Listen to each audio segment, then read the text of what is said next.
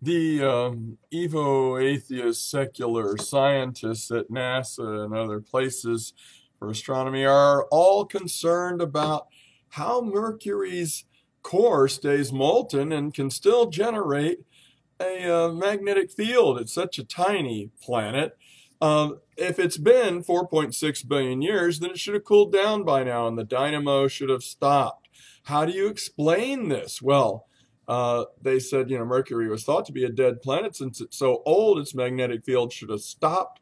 What kept Mercury's field going, even though it is relatively weak? Well, of course, the premise they're making is that Mercury is more than 6,000 something years old, as actually D. Russell Humphreys in his white hole cosmology, who, by using his creationary-based planet-forming theory, predicted correctly the magnetic field strengths of Uranus and Neptune before the probes got there, and correctly predicted the decrease in Mercury's magnetic field over the 30-year period between an earlier probe and the newer one.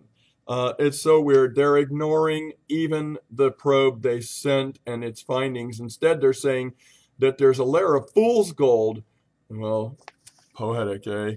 Around the core of the planet. The iron sulfide is actually a good insulator, not a very good conductor, and so they're thinking that maybe,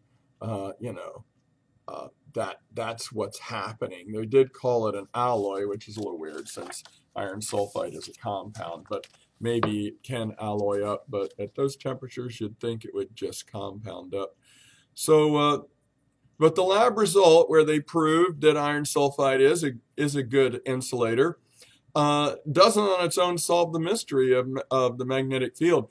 Future missions to the planet might solve the magnetic field issue. Well, what about, look at the things down here below that I have added, which are the data from the 2011 probe that entered stable orbit around Mercury and measured the magnetic field already.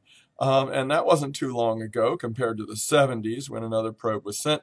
D. Russell Humphreys' model shows a gradual decrease over a certain amount of time, 6,000 years, and you plot the curve and it correctly predicts the last, the 30 years between the two probes that measured the magnetic field. That's cash in the bank when your model predicts things nobody knew yet, and then it gets confirmed. So it wouldn't be such a mystery if they would just give up the secular premises and the long ages premises that they have about the age of our solar system. You keep thinking. God bless. Dr. J.